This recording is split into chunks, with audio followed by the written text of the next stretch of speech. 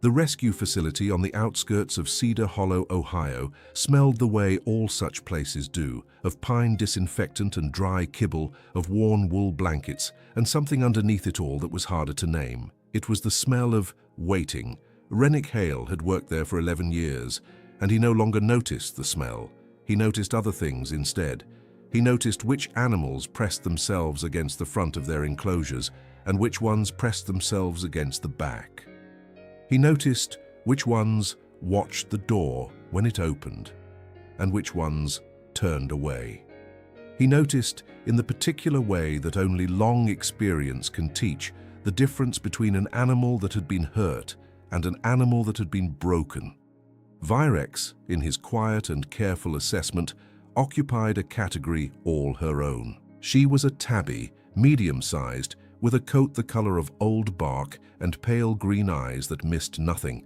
She had been found in early spring behind a farm supply store that had closed for the winter, a building at the edge of town where the pavement gave way to gravel, and the gravel gave way to open fields. No one knew how long she had been there. Long enough, certainly, to have learned that the world beyond the dumpsters and the weeds was not a place built with her in mind. In the 9 months since her arrival, she had eaten every meal left for her. She had accepted the shelter, the clean water, the warmth. But she had accepted nothing else. Every person who stepped too close received the same response: a low, cutting hiss. A body dropped into a crouch, eyes gone flat and hard.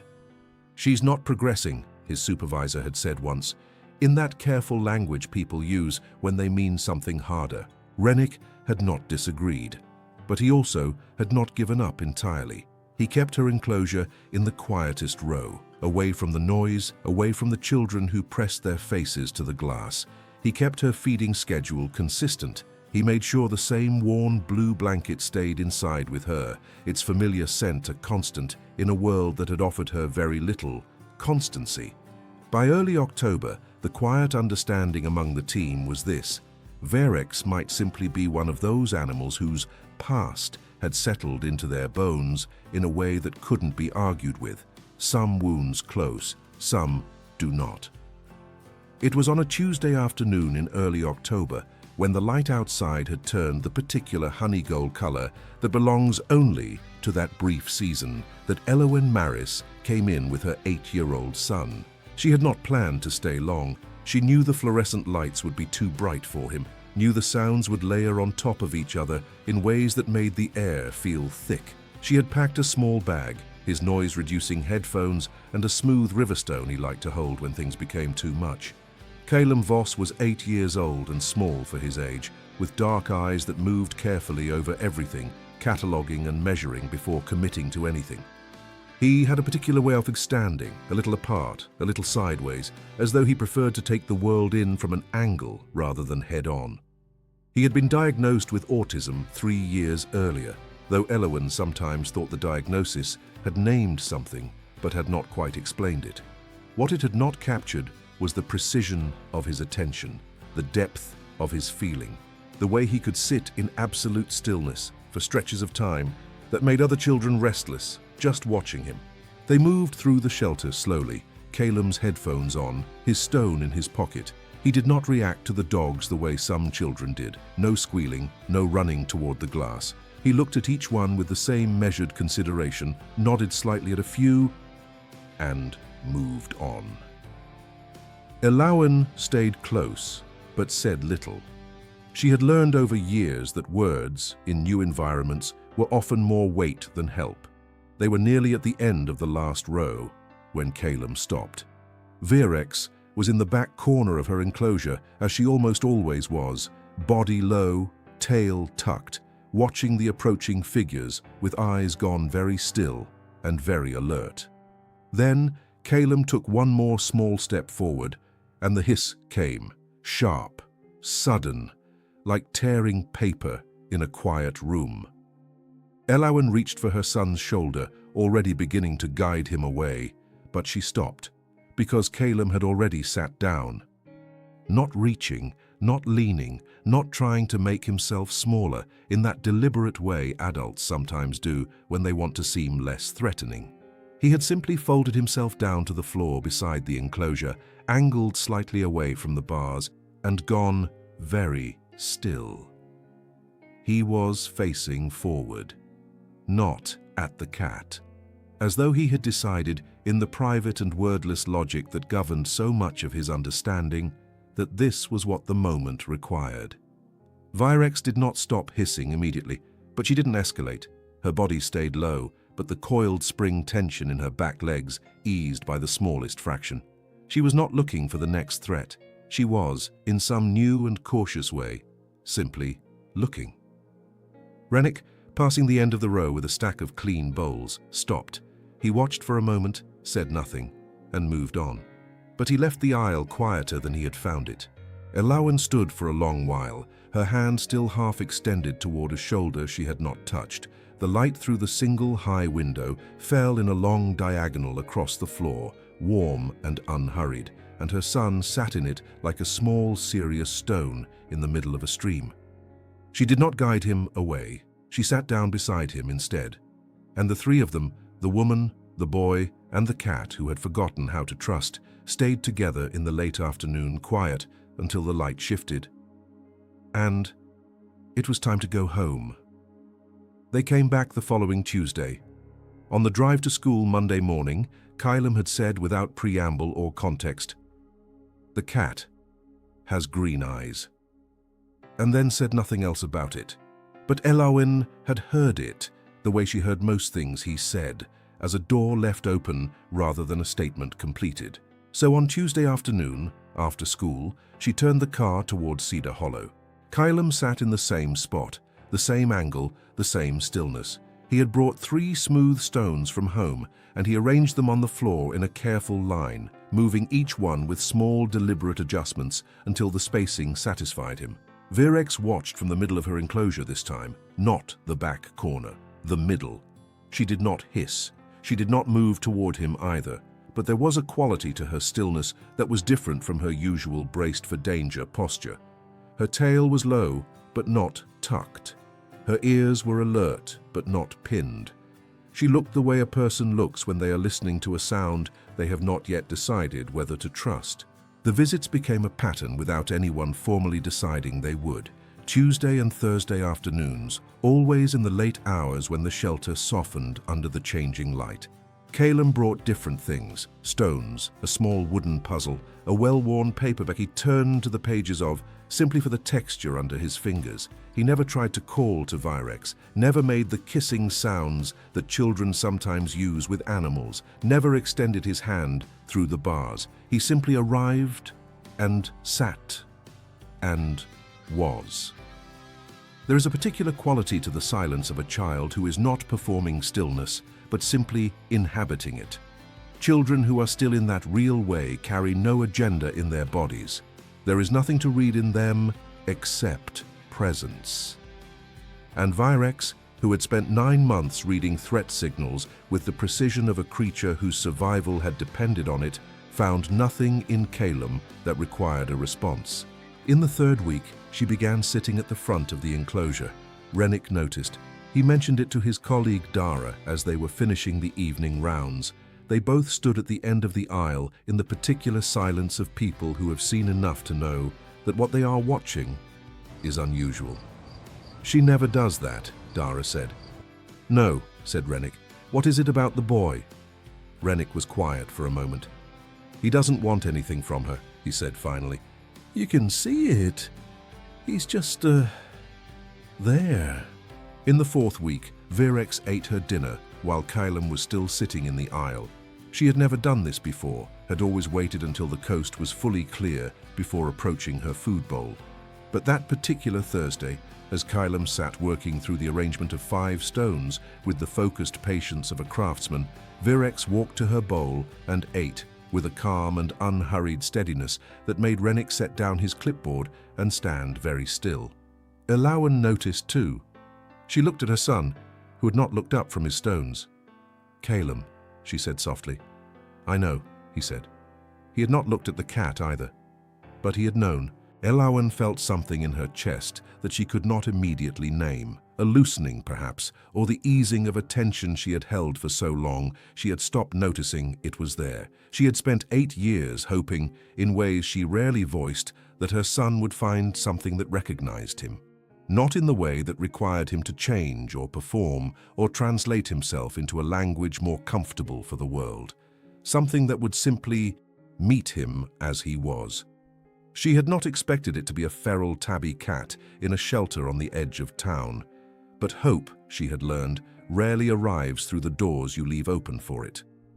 One afternoon in the parking lot, Caelum held his thermos cup in both hands and looked out at the bare trees along the shelter fence line. "She's waiting," he said. "For what?" Elowen asked. He thought about it. "For it to stay the same."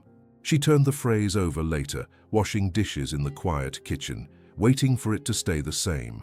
It was not about hoping for something new. It was about needing to trust that the thing that had been true yesterday would still be true tomorrow, that the stillness would return, that the boy would come back, that the floor of the world would hold.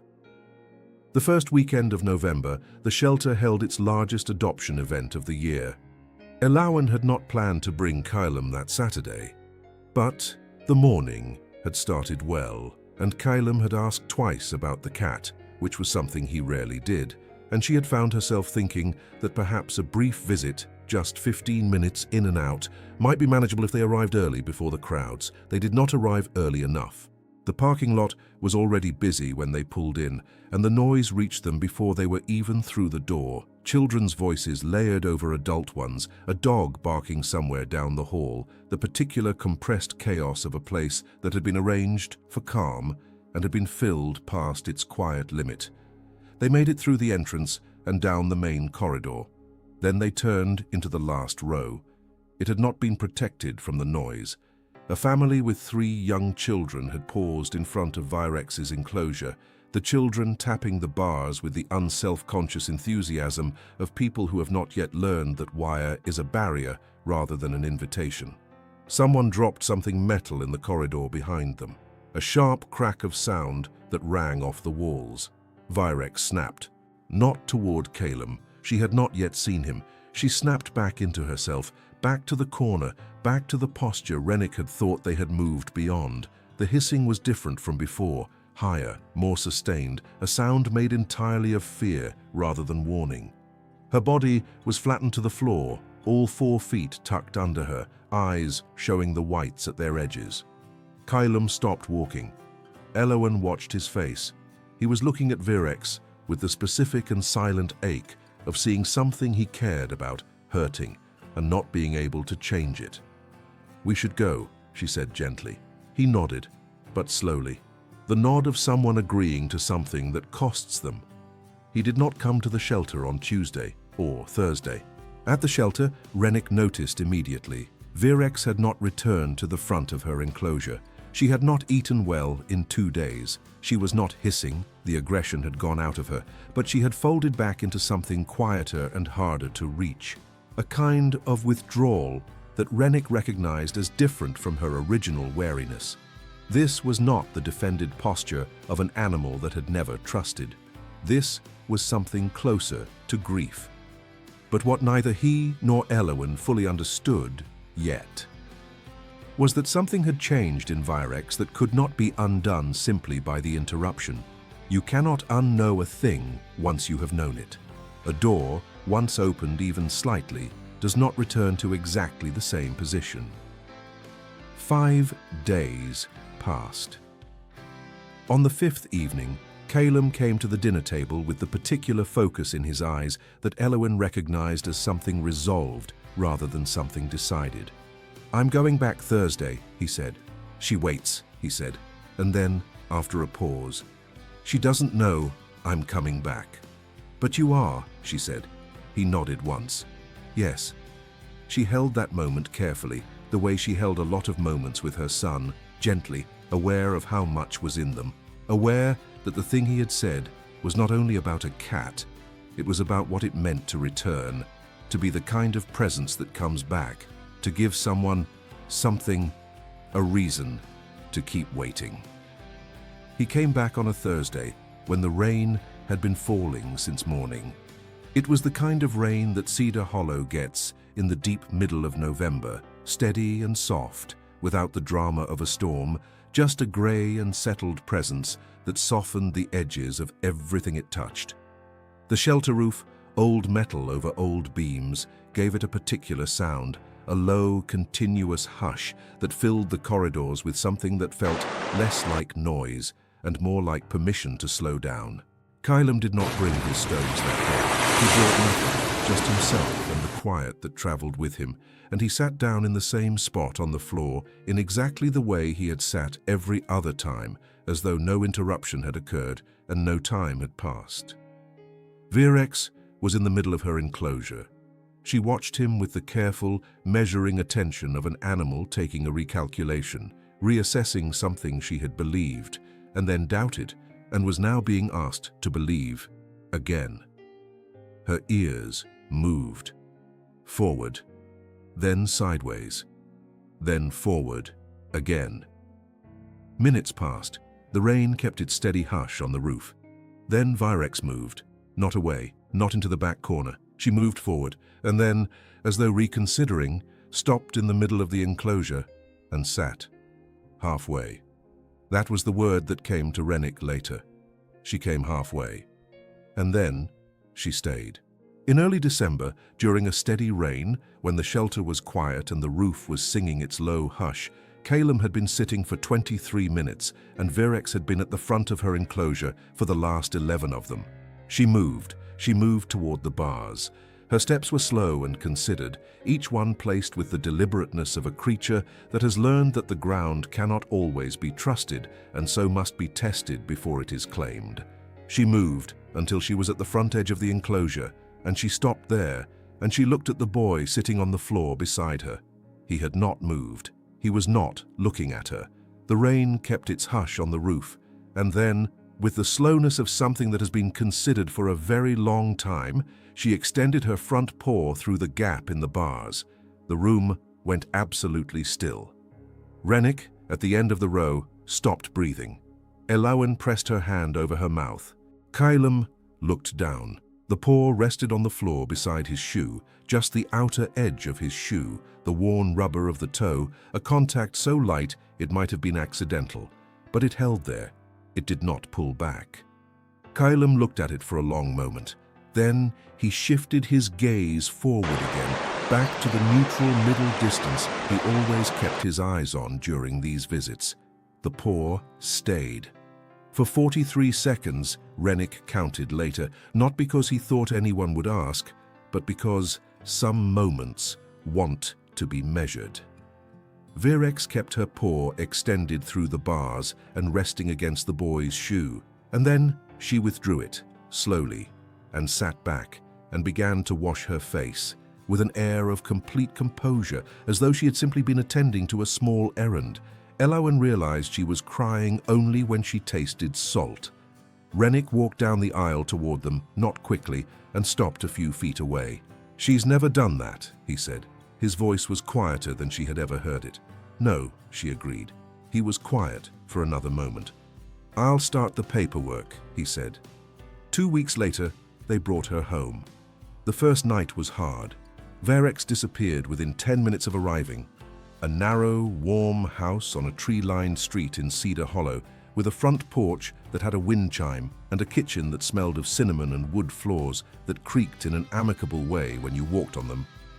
She found a gap behind the dryer in the utility room and went into it, and did not come out until 2 in the morning, when the house was fully dark and still. The second day was not much easier. New sounds, the furnace cycling on, the refrigerator's hum, the particular way the house settled and spoke in the cold, sent her under the bed in the spare room. Caelum moved through the house on his own schedule, quietly, giving her no more attention than the furniture. He did not call her. He did not look for her. He simply moved through the rooms in the unhurried way he moved through everything, and left space where space was needed. Autism stayed consistent. Same feeding time, morning and evening. Same bowl.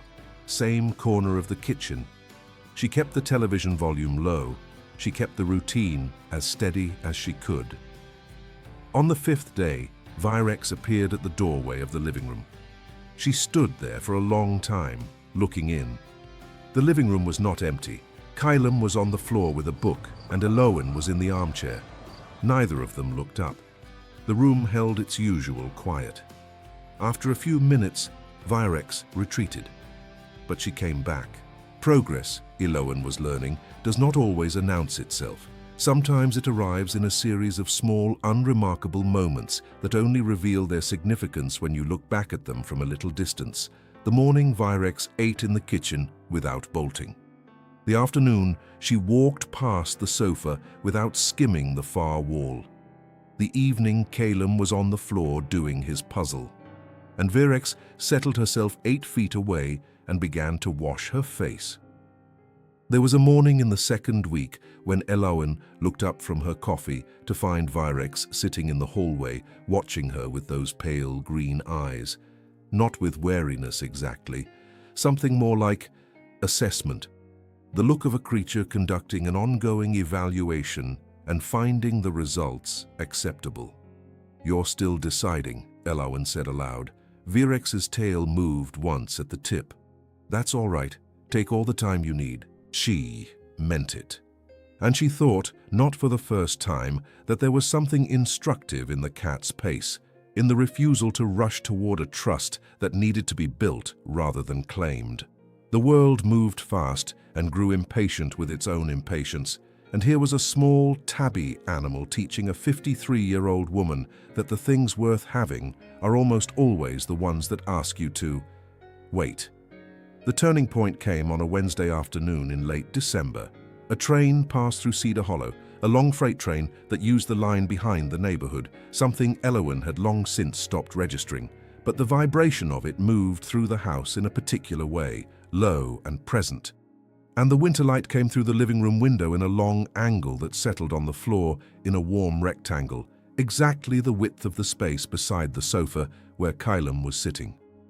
She heard his breathing. She heard the distant, diminishing sound of the train. She heard, after a moment, the soft and particular sound of small feet on wood. She did not move. Virex walked across the living room with the careful, measured steps of a creature, making a considered decision, and she reached the patch of light on the floor, and she turned twice in the small, ritual circle that cats turn before settling. And she lay down, not on Caelum, not against him, beside him, close enough to be chosen, far enough to be her own. Caelum did not look at her.